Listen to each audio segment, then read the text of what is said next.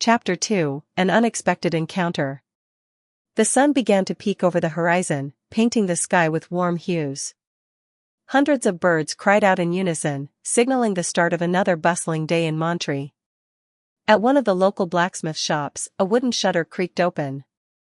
A large, tall man stretched his arms wide, stifling a yawn.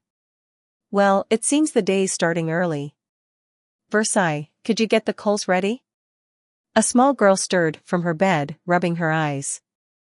"All right, Papa. I'm on it." "Thank you, darling. And don't forget to hang the sign out front." Before he could finish his sentence, she had already placed the open sign on the door. He smiled with satisfaction. "Why, thank you, dear. I'm glad you're getting the hang of your duties. You'll make a fine smith someday, my girl." "Papa," she replied with a playful pout, "you've been saying that for months. Why bring it up now?" He scratched his head with a puzzled expression. "I don't know. It feels like just 3 fortnights ago you were forging your first dagger. And now look at you, your work is selling like hotcakes." Her eyes lit up with excitement. "Truly? They've sold? You're not joking, are you?" "Nay, your old father wouldn't jest about something like this.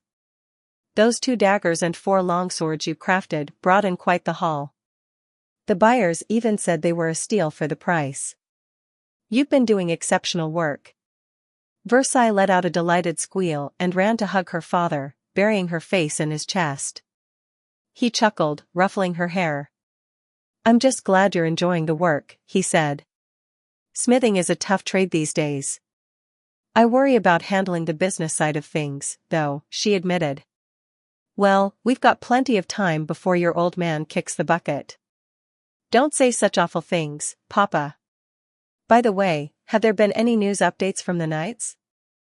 I heard a band of hunters has been out on a big hunt." "We've only just woken up, honey. I doubt there's been." The sound of rushing hooves interrupted him.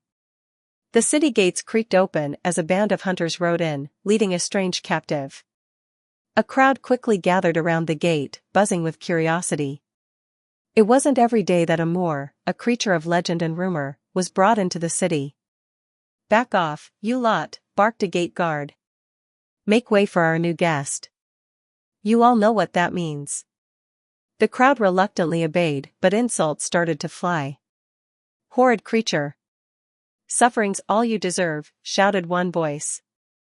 "I hope the king skins you like a fish." Rotten food and trash rained down on the Moor.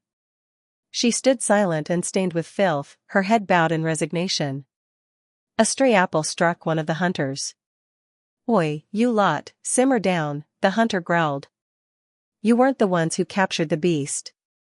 Versailles darted out of the shop, eager to catch a glimpse.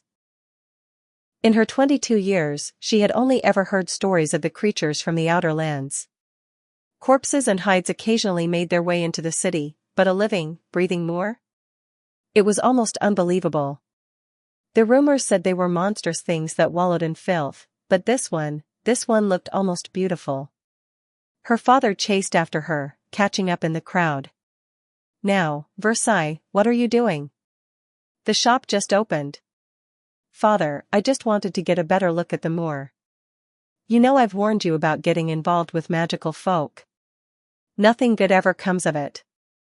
Remember what happened to your mother?" Of course, she remembered. The memory haunted her still, a tangle of unanswered questions.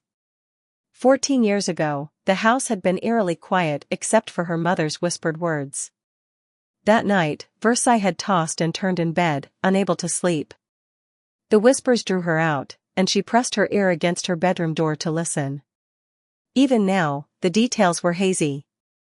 She recalled fragments, promises of safety, assurances that they'll understand.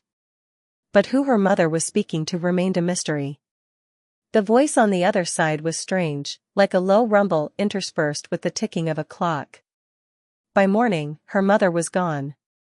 Spirited away, the townsfolk whispered. When she told her father what she had overheard, he turned pale and forbade her from ever speaking of it again. Now, as she stared at the Moor, a spark of hope flickered in her chest. Could this creature know something about her mother's disappearance? Her father's firm grip on her arm jolted her back to reality. Versailles, I know that look. We've talked about this. She's not coming back.